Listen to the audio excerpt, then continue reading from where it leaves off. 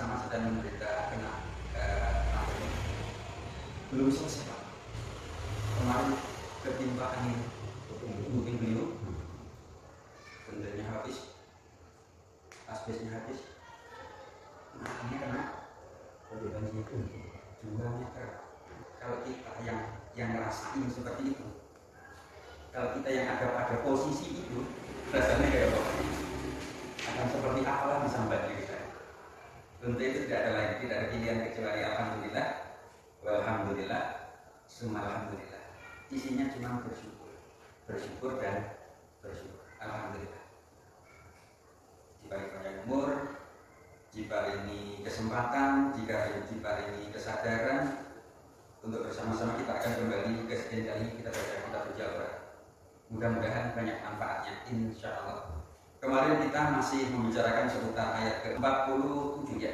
Wasta'inu bis-sabri was-shalah wa innaha lakabiratun illa 'alal khashi'in alladzina yadhunnuna annahum mulaqu rabbihim wa annahum ilaihi raji'un.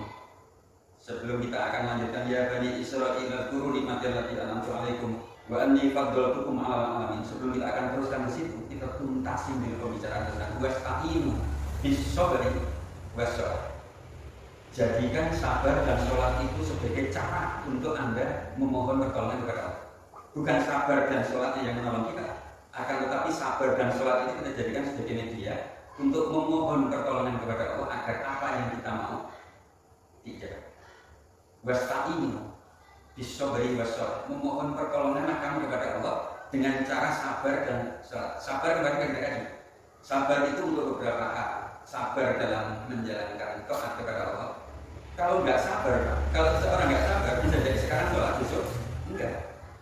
Bisa jadi sekarang tekun memohon, besok sudah tidak lagi. Kenapa seseorang sabar? Karena dia memang yakin betul. Karena dia yakin betul, teramat yakin bahwa di balik semua ini pasti ada sesuatu yang Allah ingin pesankan kepada kita. Kalau sama nggak mau sabar lagi, mau kemana? Sama mau minta apa? Mau minta kemana? Kepengen berbuat apa kalau sama nggak mau sabar? Dalam sebuah diskusi yang kemarin sering kita sampaikan itu, man lam yashkur ala na'ma'i walam yasbir ala bala'i fal yahruj min tahtis sama'i wal yatlub robban siwa. Siapapun orangnya yang enggak mau berterima kasih kepada Allah atas seluruh peparing Allah, atas seluruh anugerah, walam yasbir ala bala'i, dan tidak mau bersabar di dalam menerima semua ujian atau musibah dari Allah. Fal yahruj, Allah persilahkan kepada orang-orang itu tadi, silahkan keluar. Minta istamani, dari kolom langit, dari bawah langit. Wal yahruj, wal yatlub robban siwa, dan silahkan cari Tuhan selain saya Allah. Siapapun orangnya yang tidak mau bersabar, tidak mau bersyukur atas semua anugerahku dan tidak mau bersabar dalam menerima cobaanku, silahkan keluar dari langit, dari bawah langit, dan cari Tuhan selain Allah. Mau kemana ya? Itu sebabnya. Maka yang pertama kali dibicarakan rupanya ini pesan Allah. Yang dijadikan pertama bahasannya adalah wasta'inu bis sabri. Wassalah, bukan wassalah dulu baru asabri. Itu kan hadis qudsi. Teknik dari Allah. Cuma redaksi disampaikannya oleh Muhammad kepada kita dalam bentuk seperti tadi. Siapapun orangnya kata Allah yang tidak mau bersyukur ketika menerima anugerahku, ini kita garis bawah. Siapapun orangnya yang tidak mau berterima kasih ketika menerima peparingku dan tidak mau bersabar ketika menerima ujianku, silahkan keluar dari bawah langit dan cari Tuhan selain Allah. Dan kayak dalam benar-benar rupanya di pesan Rasul yang tadi, pesan Allah yang tadi, bahwa kepercayaan kita kepada Allah itu dipertaruhkan pada syukur dan sabar. Syukur dan sabar. Ketika kita wasta'inu isti'anah memohon pertolongan, menjadikan sabar dan sholat itu sebagai cara, sebagai media untuk memohon pertolongan kepada Allah, maka harus dengan seluruh keyakinan bahwa di balik perintah ini pasti ada manfaatnya untuk hidup dan mati saya nanti. Kenapa? Karena kemasan sholat dan isti'anah tadi, sabar dan syukur tadi adalah piramid ini. Itu adalah alat untuk menjalani hidup ini. Kalau ketika hidup itu kita tidak punya syukur dan sabar, petaka ada. Dapat duit segini ngomongnya, dah ini masalah. Dapat rezeki saat itu ngomongnya, ya alhamdulillah daripada kagak, hari ini saya terima segini ya kita syukuri aja. Ya orang lain lagi nangis mas. Orang lain hari ini sedang menangis. Sudah pandemi, dia kena PHK, rumahnya kebanjiran, udah jatuh ketimpa tangga. Lo kagak ketimpa tangga, lo kagak jatuh. Kerja masih kerja, jualan masih jualan, masih dapat duit, lo masih dapat duit juga, lo gak terima kasih. Mintanya berapa saja? Man, lam yashkur ala na'ma'i, walam yasbir ala bala'i, fal yahruj min tahtis samai, wal yatlub robban siwai. Siapapun orangnya nggak mau bersyukur ketika menerima anugerahku dan tidak mau bersabar ketika menerima ujian itu, silahkan keluar dari bawah langit, cari Tuhan selain saya. Mentok itu kan. Kalimat itu mentok. Nah kalau begitu, sekali lagi yang kemarin kita bicarakan panjang lebar itu, tafsirnya Syekh Suyuti yang menjelaskan panjang lebar tentang wasta'inu biso'ya sholat, bahwa iman itu ternyata sabar dan syukur. Rasulullah dalam satu kesempatan yang lain menyebutkan bahwa as-sabru nisful iman. Puasa itu sabar dan sabar itu separuh daripada keimanan. Separuh yang lain apa? Syukur. Jadi imam itu kalau sudah sabar dan syukurnya gandeng, kalau sabar dan syukurnya itu rangkai, mantap. Menerima pantokan ring, alhamdulillah. Menerima pujian, innalillah. Ya cuma itu ya yang bisa kita lakukan. Lo mau kata tinggal, mau ngapain? Bisa apa namanya? Kita bisa apa? Rasulullah dalam banyak hadis yang diuraikan oleh Syekh Suyuti itu, Imam Suyuti menyebutkan bahwa banyak kasus yang terjadi itu. Nah, ketika membicarakan masalah kasus yang terjadi pada Nabi Muhammad, bisa jadi itu beda ini. Ada kasus yang sengaja dibikin oleh, ditakdirkan oleh Allah terjadi pada diri seorang Nabi dengan tujuan untuk mengajarkan kepada umatnya. Ada tiba-tiba pada suatu saat ketika Rasulullah sedang kalah dengan para sahabat, tiba-tiba saja seorang tua renta, rambutnya putih, bajunya putih, sarungnya putih, tapi semua kumpul. Ada siapa yang kenal nih? Setelah orang tadi pergi, Muhammad nanya, Rasulullah nanya, ada yang kenal dengan tadi? Para sahabat yang tanya jawabnya, Allah dan Rasulnya yang lebih tahu daripada kami. Ya ternyata betul. Muhammad jawabnya menimbangnya dengan jawaban itu tadi adalah Jibril datang kepada kita untuk mengajarkan sampean tentang apa itu iman, apa itu Islam, dan apa itu ihsan. Ini kasus yang terjadi pada diri seorang Muhammad Rasulullah itu bisa jadi baik saja. Memang dirancang oleh Allah untuk begitu supaya kita. Nah ini pentingnya, nanti akan sampai kita pada pentingnya samahah. Samahah itu sikap sumeh. Kalau pada pendidikan itu sumeh. Mungkin pada pendidikan itu low profile. Itu sama, pentingnya sama, jadi enggak berubah-ubah. Dikit-dikit langsung akan merona setir, dikit-dikit anda merona besar, dikit-dikit. Itu pentingnya sabar dan. Jadi pada beberapa yang tadi sudah kita sampaikan, ternyata terkait perasaan apa antara isti'anah, disobri, sabar dan sholat itu salah satu rangkaian. Kalau ada orang ngaku sabar tapi nggak sholat, dan bagaimana caranya? Ada orang sabar, terus dia nggak sholat, dan saya jangan tersinggung. Sholat itu kan nyuwun, sholat itu memohon kepada Allah. Kenapa harus memohon? Karena kita tidak bisa ngelakuin sendiri, tidak bisa memenuhi hajat hidup kita sendirian. Kita butuh pertolongan, kita butuh turunannya Allah. Maka kita memohon. Ya bahwa kita harus bersabar memang karena tidak semua yang kita lakukan akan berubah hari itu. Kemarin kita contohkan secara filosofi. Kalau besok pagi kita baru beli bibit mangga, Pak. Besok pagi hari Senin kita tanam, itu tidak berarti serta-merta karena Anda seorang jagoan, karena Anda seorang tokoh misalnya, terus hari Selasa diharap berbuah. Enggak ada. Rumus itu enggak ada. Yang kita tanam hari Senin besok, itu bisa jadi 2 tahun ke depan, bisa jadi setahun ke depan, bisa jadi 7 bulan ke depan, bisa jadi enggak tahu Allah enggak tahu kapan berbuahnya. Nah, kalau selama kita menunggu itu kita nggak mau bersabar, bisa jadi loh Pak, pohon mangga yang barusan kita tanam kita gagal. Kasusnya banyak kan? Saudara kita yang dulu nanam kopi begitu semangatnya, begitu sudah berbuah, harganya anjlok, ngapain kita susah-susah? Nanam kopi batunya jadi bakar. Kemarin kasus belum lama ini 2 bulan yang lalu ya. Kawan-kawan satu kelas dengan saya, satu kelas sama-sama ini. Saya dulu jadi sana. Di Bojonegoro Pak, nanam bako itu bulan satu petak dalam satuan hektar, satuan hektar. Kalau 3-4 daun jadi 1 kilo, dalam 1 hektar berapa ratus kilo, berapa ini? Apa yang terjadi ketika siap dipanen, harganya anjlok.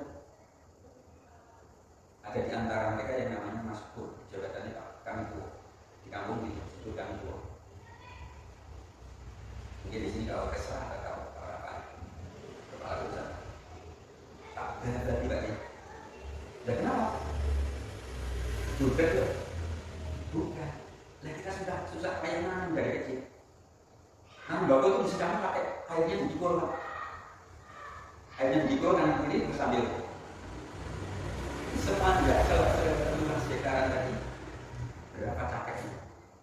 Dan ketika siap panen harapannya itu akan dapat duit banyak, ternyata nggak dapat duit, akhirnya dia putus asa, dibabati bagus, dibakar, basah dalam kondisi bakar.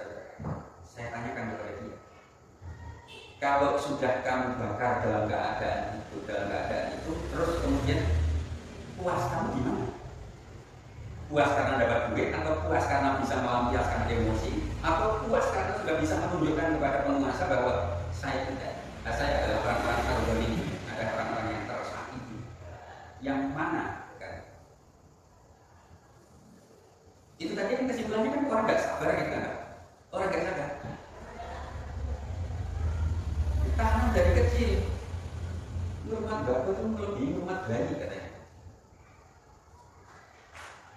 Sudah siap jadi duit, malah harganya berarti siapa yang gak marah Pak? Siapa yang gak marah Pak? Manggilnya saya Pak. Siapa yang gak marah? Kalau sekarang kamu marah, singgung marahi sopo, manfaat marahmu itu buat Anda dan keluarga apa? Terus puasmu di mana? Selesai, nggak terjadi. Jadi ternyata betul kalau kunci sukses iman seseorang itu ternyata adalah syukur dan sabar dan syukur. Satu, sabar.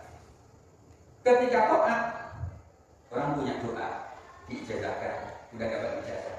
Harapannya namanya doa, harapannya dirinya tentu kabul. Begitu dilakoni sehari, apa pasti serta-merta langsung jadi? Enggak juga. Pak dokter butuh bermalam-malam itu untuk bisa mendapatkan buah. Emang kalau sudah dijajahkan terus sekali diamalkan malam itu besok pagi dapat buah? Enggak juga. Nah kalau itu yang terjadi, Muhammad jadi orang kaya, jadi orang bersyukur, jadi orang hebat. Jadi tidak ada jaminan bahwa orang ibadah itu pasti akan begini akan begitu. Ya, fasan yassiruhu lil yusra.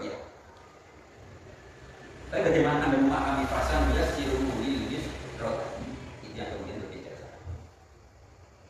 Apa yang ketika orang dapat manfaat dari apa yang dia baca, kemudian dia pahami, kemudian dia rasakan dan dia berbahagia dengan itu.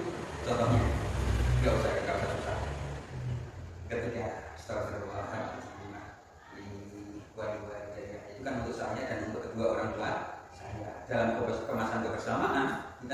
menginginkan bersama dalam satu kesatuan tadi. Harapan kita tentu mudah-mudahan doa kita kabul. Kalau doa kita kabul, apa yang terjadi? Kita berbahagia betul karena di samping kita sambil sholat, habis sholat kita bisa mendoakan kedua orang tua yang sudah almarhum.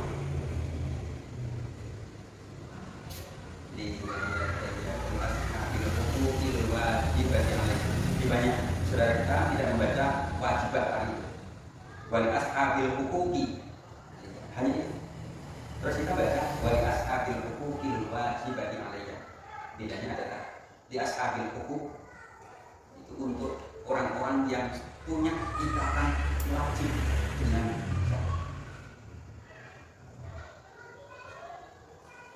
al-wajibati yang wajib. Wal jami'il muslimina wal muslimat wal mu'minina wal mu'minat ya minhum wal amwat.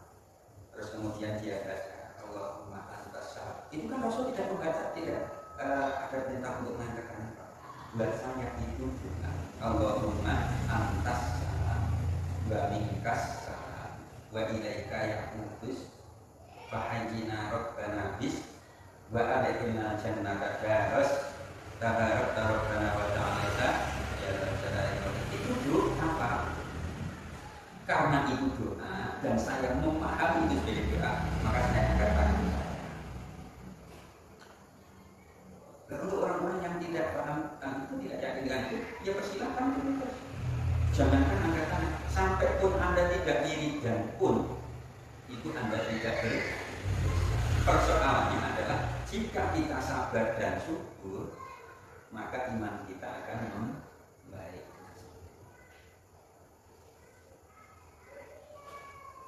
Maka wasta'inu bis-sabri was-shalah wa innaha lakabiratun illa 'alal khashi'in. Sesungguhnya sabar dan syukur itu benar-benar berat, kecuali orang-orang yang khusyuk.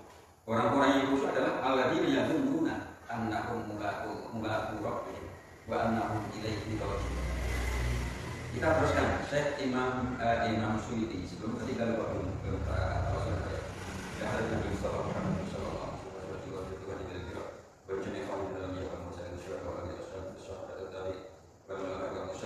khususnya para musannif dari kitab yang kita jadikan sebagai masalah dan Allah berkati Allah jadikan sebagai jariah beliau dan berkah untuk kita semua. Al-Fatihah.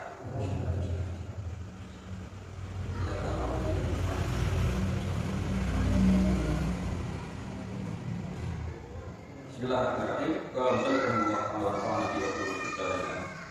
Wa akhrajal Baihaqi fi syu'abil iman wa qira'ati Ibrahim. Wa akhrajal Baihaqi an Ibnu Mas'ud qala Rasulullah sallallahu alaihi wasallam. Rasulullah SAW bersabda. Imam Baihaqi dari Ibnu Mas'ud sanadnya. Rasulullah SAW bersabda bahwa as-sabru nisful iman. Sabar itu nilainya separuh dari keimanan kita. Wal yaqinu al-iman kullu.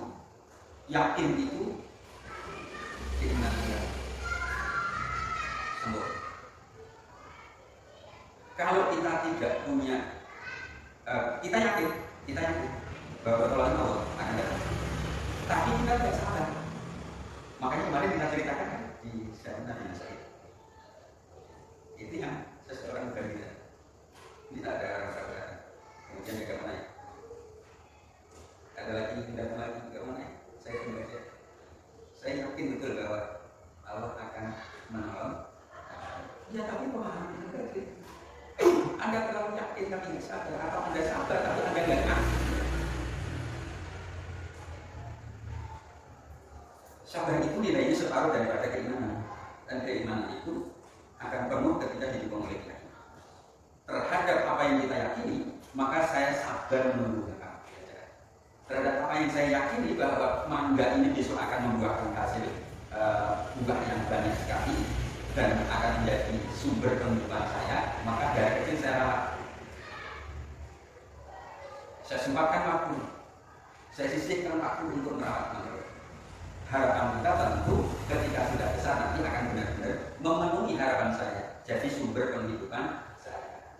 Yakin orang itu? Yakin terhadap apa yang dia bahwa nanti ketika siap berbuah, siap panen, tiba-tiba ada angin puting beliung terus kemudian roboh.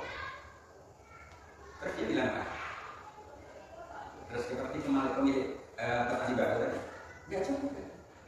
Ya sudah orang dari saya. Emang kita bisa apa? Nggak bisa apa-apa.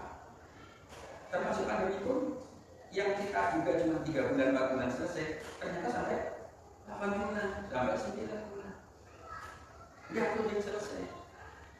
Kata para orang bawaan kita, kapan ini bisa nyari duit kalau begini? Kita mau ngomong apa?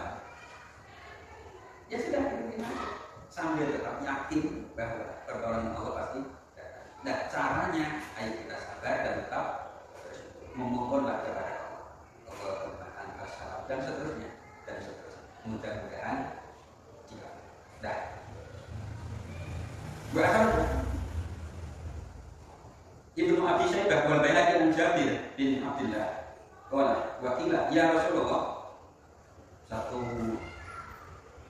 pernyataan menyebutkan bahwa Rasulullah ketika itu ditanya oleh seseorang, ya Rasulullah, ayyul imani afdal, lalu iman yang mana yang paling baik, yang paling sempurna itu, yang paling utama itu iman yang bagaimana Rasul? Qala as-sabru was-sama'ah, yang paling baik dan benar itu adalah as-sabru, sabar, was-sama'atu, dan sunnah. Sama'ah itu low profile. Jadi nggak harus kemudian tentang terus kita kemana-mana. Dia harus. Tapi begitu juga bagus. Tapi jangan lupa, ada satu kondisi di mana kita akan sulit untuk mempertahankan ketulusan hati kita. Seseorang itu akan berbohong sama kita apa? Seluruh nasi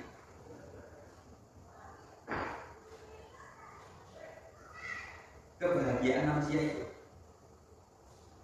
itu akan terpancar sangat mencolok dan kelihatan bahwa dia sedang berbahagia adalah ketika dia memakai baju baru. Video sinikas, nggak akan bisa sembunyi. Nah, dalam hal yang lain juga begitu.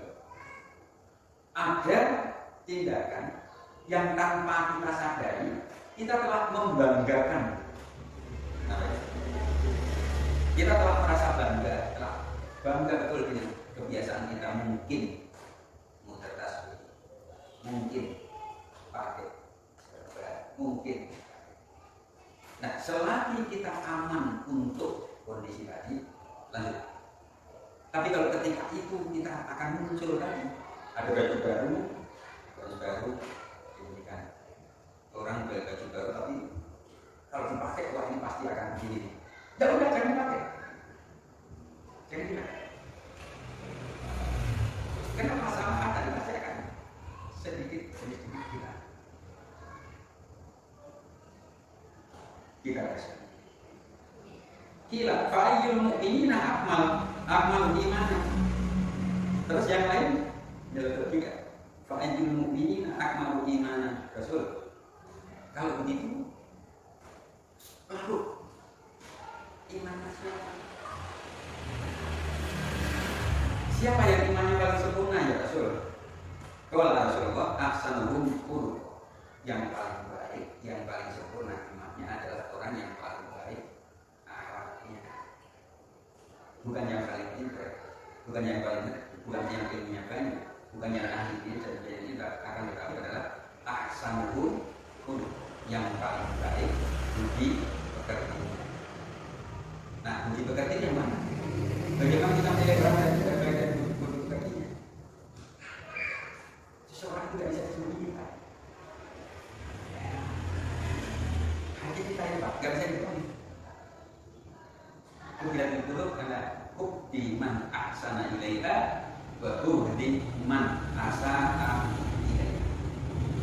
Hati ini siapapun orang itu pasti akan suka, akan respect kepada orang yang memperlakukan dia dengan baik, dan akan secara otomatis benci kepada orang yang memperlakukan dia dengan tidak baik.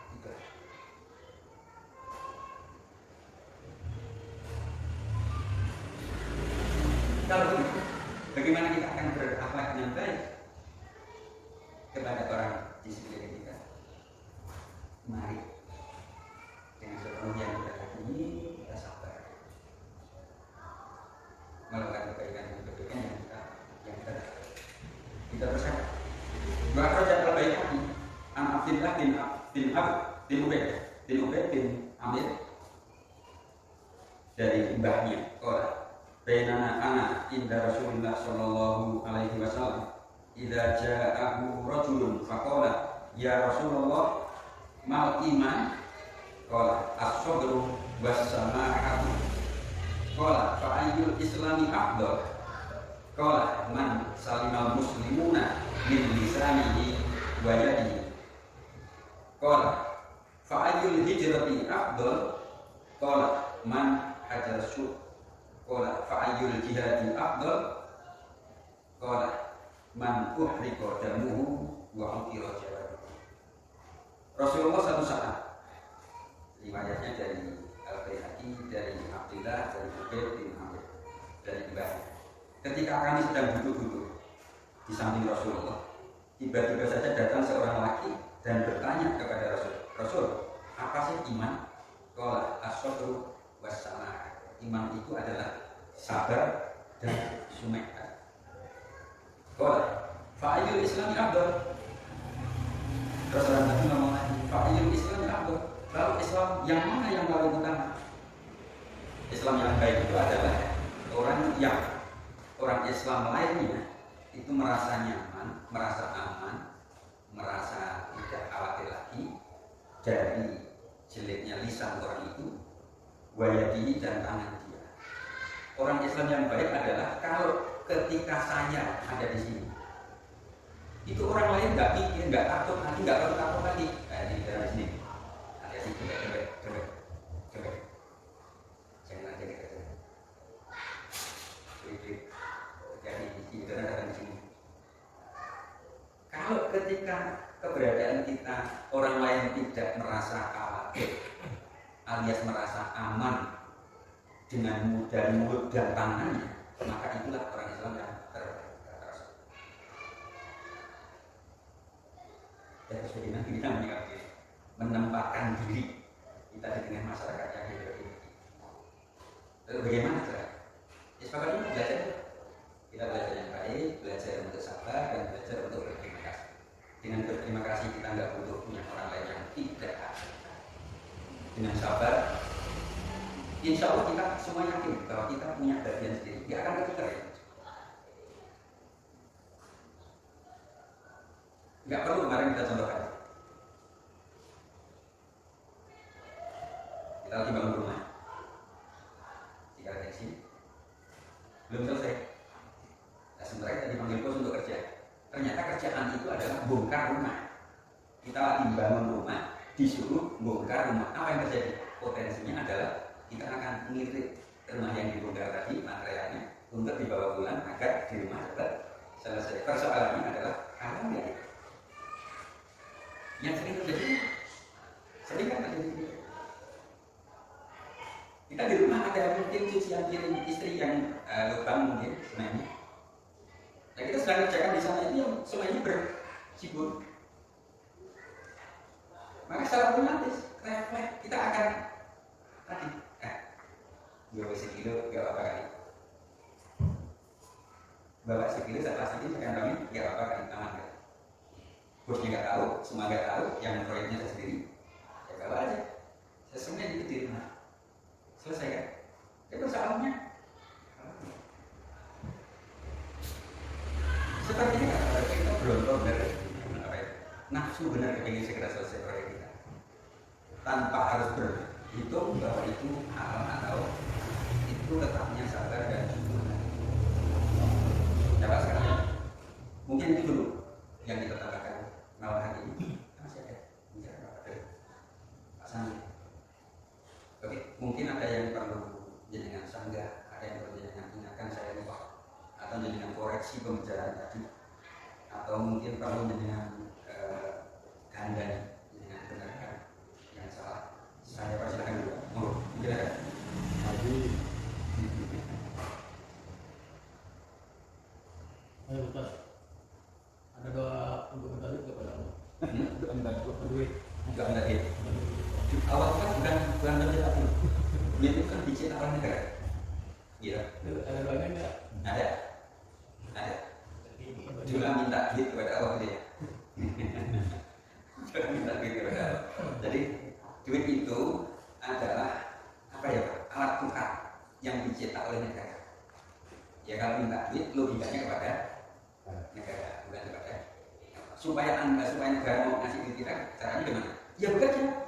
Kalau anda nggak bekerja kepada negara, ya anda nggak akan dikasih duit oleh negara. Jadi menteri tukang sihir.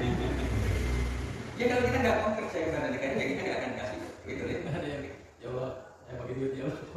ya itu doanya orang lagi ini. Boleh, ya gitu boleh, enggak. Nah, Pak Ustaz, tadi saya mau menanyakan sesuatu dulu Pak Ustaz. Seandainya umpamanya ada seseorang yang mendolimi kita kan, kalau benar tuh, kalau pada seseorang mendolimi kita, perkataannya, perbuatannya, itu katanya amal ibadah dia, amalan mereka, Ya. yang mendolimi kita, katanya buat kita, sementara dosa-dosa kita buat mereka yang Ya. mendolimi kita, Pak Ustaz. Ya itu betul, itu hadis, hadisnya. Ada daruna manil muflis. Rasul bertanya kepada para sahabat itu. Ada daruna manil muflis. Tahukah kalian semua siapa orang yang bangkrut? Rasulullah tanya kepada para sahabat. Sahabat itu ada menjawab. Al-muflisu fina. Man la dinar wa la mata. Dia tidak punya aset di dunia. Tidak punya harta dari kamu. Orang miskin, Rasul. Orang bangkrut itu adalah orang miskin, Rasul. Oh, bukan itu.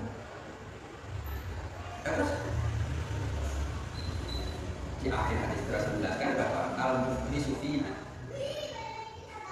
man ja'a fi sholat wa zakah wa shaum dan sebagainya.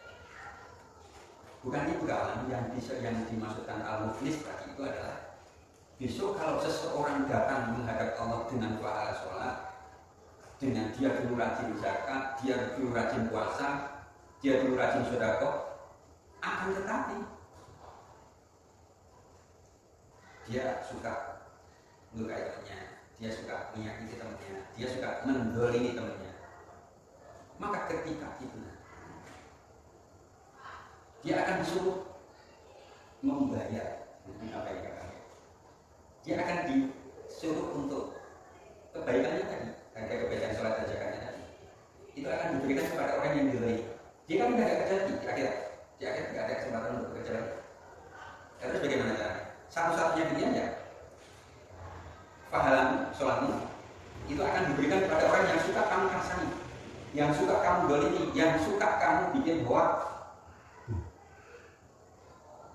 yang suka kamu viralkan hoaknya. Jadi orang enaknya lagi tidur diviralkan katanya si dadah lagi anu. Nah kalau orang itu pahalanya habis Rasul, ya kalau habis ya nggak ada pilihan lagi kecuali sekarang dosanya orang yang kamu dolimi itu dipikulkan kepada kamu. Nah orang yang begini yang muflis. Betapa nistanya, betapa cilakanya orang yang begini. Anda kepingin termasuk orang tadi? Tentu tidak. Jawabannya kalau tidak sekarang langkahnya adalah pertahankan agar nilai sholat kita, nilai zakat kita, nilai puasa kita, nilai sedekah kita itu nanti tidak menjadi milik orang. Caranya ya jangan suka mendolimi orang. Atau kalau terlanjur mendolimi orang, ya minta maaf supaya nanti di akhirat tidak terjadi tagihan yang Anda tidak melakukan itu. Yang Anda merasa tidak melakukan itu, tapi Anda tidak dapat tagihan. Tidak merasa berbuat, tapi Anda dapat tagihan. Bisa jadi. Kenapa? Kalau pahala sholat mencampur riya, pahala zikir mencampur riya, campur sum'ah. Sum'ah itu kepengen didengar orang dari kata sami'un. Sami'ah itu mendengar. Sum'ah itu beramal, berkarya dengan motif untuk didengar orang. Aku nyumbang mahabatillah ya mas, 10 juta. Aku umumin, Jumat besok diumumin. Jangan nggak diumumin, tak takutnya. Enggak mas, saya enggak negatif thinking. Saya sih enggak. Saya mah orangnya los mas, enggak negatif thinking. Cuma takut mas. Jangan-jangan nanti dikiranya anu. Padahal niatnya dia takut ketakutan jangan-jangan ini kas uangnya habis gara-gara diumbat oleh si pemega. Terus akhirnya dia ngomong tadi, terbuka aja mas, kita mau minta ini. Oke. oke Pak, kata takdir. Dan ketika begitu kan ada satu rakyat ya, jadi yang kedua takdirnya kesinggung itu. Nah, aku takdir yang namanya DKM itu setahu saya belum ada serba ya saya kerja di DKM malah begitu ini sama ya nggak sakit. Nah sakit tadi yang di silent, kata-kata di silent. Kata-kata di silent.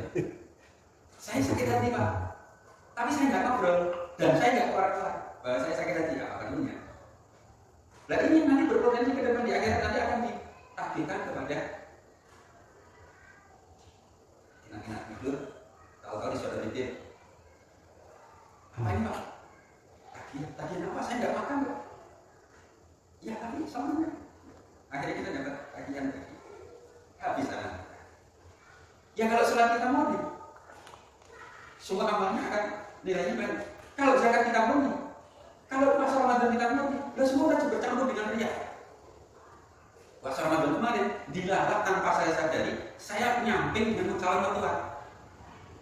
Sindrom puasanya, habis puasa, habis sholat dulu langsung baca Quran, ya kan enggak? Ini langsung baca Quran, habis baca Quran langsung wirid ya, muter tasbih atau apa lagi. Tapi kan udah. Nah kalau yang sholatnya ibadahnya begininya, terus ditambah lagi sikapnya dengan tetangga yang tadi yang suka mendolimi tadi, apa yang besok dia bawa nggak mengatakan? Nggak ada. Itu yang oleh Rasul dikatakan sebagai al-muflis, bangkrut.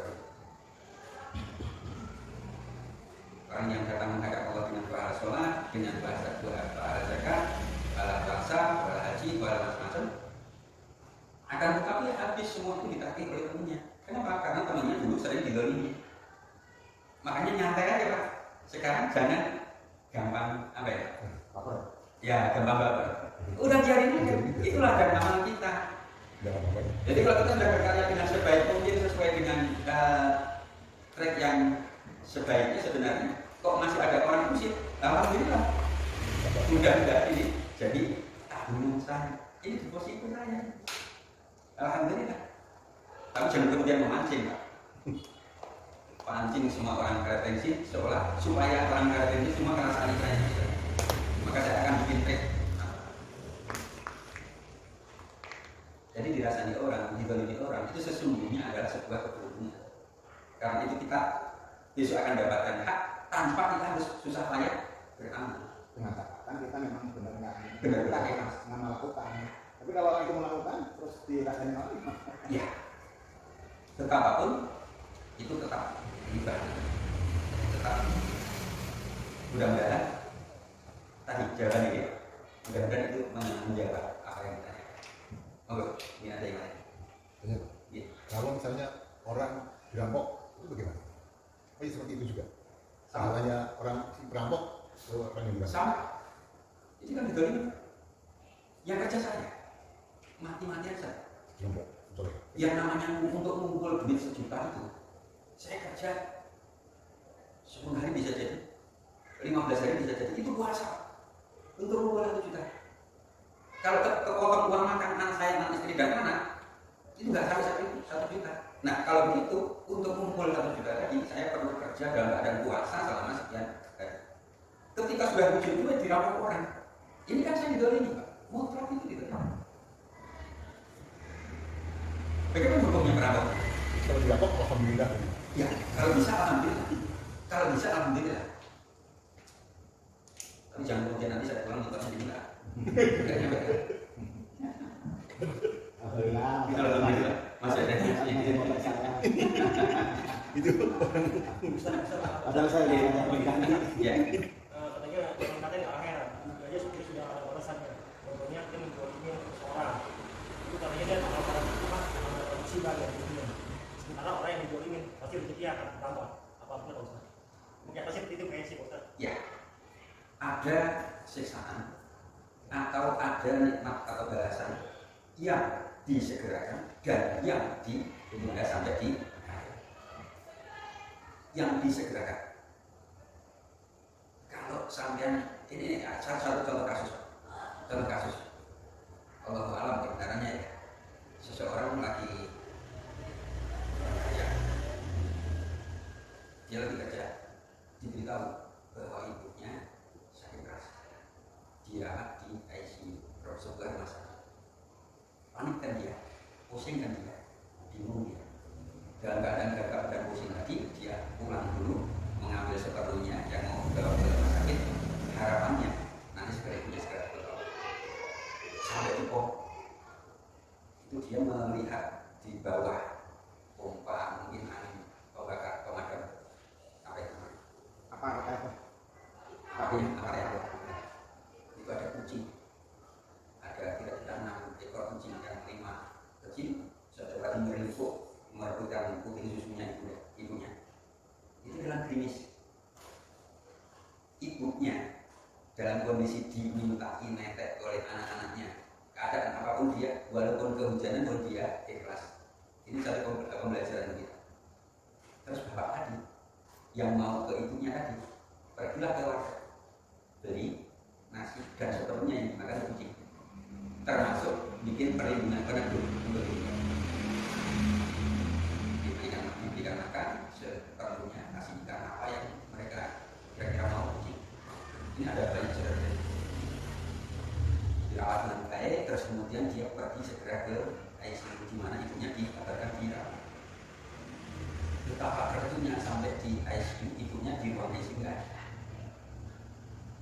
Ternyata dia sudah dipindahkan ke ruang perawatan dia satu. Nah dari ibunya dia tahu bahwa dia bermimpi ketemu dengan beberapa ekor sapi yang kemudian tenaga berdoa untuk kesembuhan dia. Apa yang kita katakan kesimpulannya?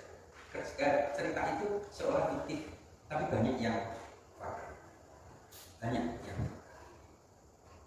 tidak ada orang bisa berharap kucing memperlakukan kasar atau dia dapat celaka. Biasanya paling takut kayak gitu kan sebenarnya. Nabrak kucing itu bingung, takut benar, ketakutan. Jadi takut benar. Kalau bisa diberikan kayak putih, rangkap 10 yang penting ada jaminan bahwa dia aman gitu kan. Sebetulnya semua kita kalau kita sama. Jadi ketika menodai melukai ini orang, itu ada perasaan tidak nyaman pada diri pelaku.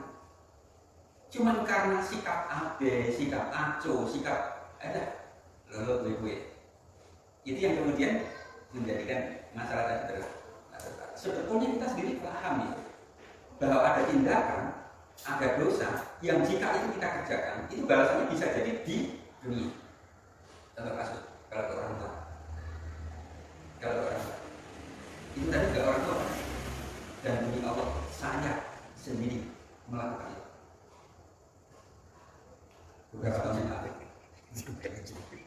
yang lalu, itu ibu kandung saya bapak saya sudah melakukan, jadi ibu sendirian menyatakan butuh A, B, C, D, bla bla bla. Nah kita dapatkan sesuatu, sebutlah anugerah. Seluruhnya kita sampaikan. Mudah-mudahan berkenan. Sampai hati itu proses ilmu. Karena mungkin nggak lama setelah itu benar Allah kirimkan. Nggak caranya nggak tahu, Allah nggak tahu bagaimana itu caranya. Tahu 2 kali lipat dari apa yang sudah kita perlakukan ke orang tua tadi. Semua kurang. Naik, yang kami katakan Allah naik ya. Ini di samping mantu luhur itu ada masjid yang mau digusur nggak boleh karena itu makar. Kalau itu harus digusur, harus dipindahkan ke tempat lain. Tanda tangannya wakaf tadi harus sampai ke pusat. Seorang naik yang baru dipindah ke Setiabudi itu diminta tanda tangan nggak mau. Akhirnya sekarang dipindah ke Mayorat, masih ada Jumat tertentu khotbah di daerah. Itu betul. Jadi pernah satu saat beliaunya itu, ini ceritanya berlatar sambil netes ke atas Sumatera. Dalam kondisi anak istri sakit, ibunya itu butuh sesuatu. Akhirnya semua kabupaten dari berkeras untuk ke ibunya, sampai ibunya tersenyum puas. Tapi anak istrinya lagi kesakitan. Ini benar terjadi, beneran terjadi. Ini fakta. Beberapa waktu kemudian Pak tadi itu dapat beasiswa ke Mesir. Enggak misalnya rumahnya ngontrak seperti saya. Sekarang sudah punya rumah sendiri, sudah punya mobil sendiri, punya usaha sampingan sendiri. Dia sampaikan itu kok di Dewa Bupati Alta Suratati. Beneran, itu karoma yang Allah kirim kepada. Jadi kesimpulan akhirnya adalah ada dosa dan ada pahala, ada kebaikan dan kesalahan yang dikirim hari ini, yang dibayar tunai oleh Allah. Nah, untuk mau mengamalkan itu kan seseorang harus yakin, seseorang harus beriman benar kan, harus percaya kan. Ketika seseorang sudah percaya itu, maka awalnya dua tadi, sabar dan syukur. Kenapa harus sabar? Karena tidak berarti kalau sampai melakukan kebaikan hari ini, terus besok pagi mendapat hasil. Contohnya mangga tadi. Jangan mimpi kalau besok hari Senin pagi sampai beli bibit mangga ditanam, terus hari selanjutnya rasanya belum buah. Itu mimpi.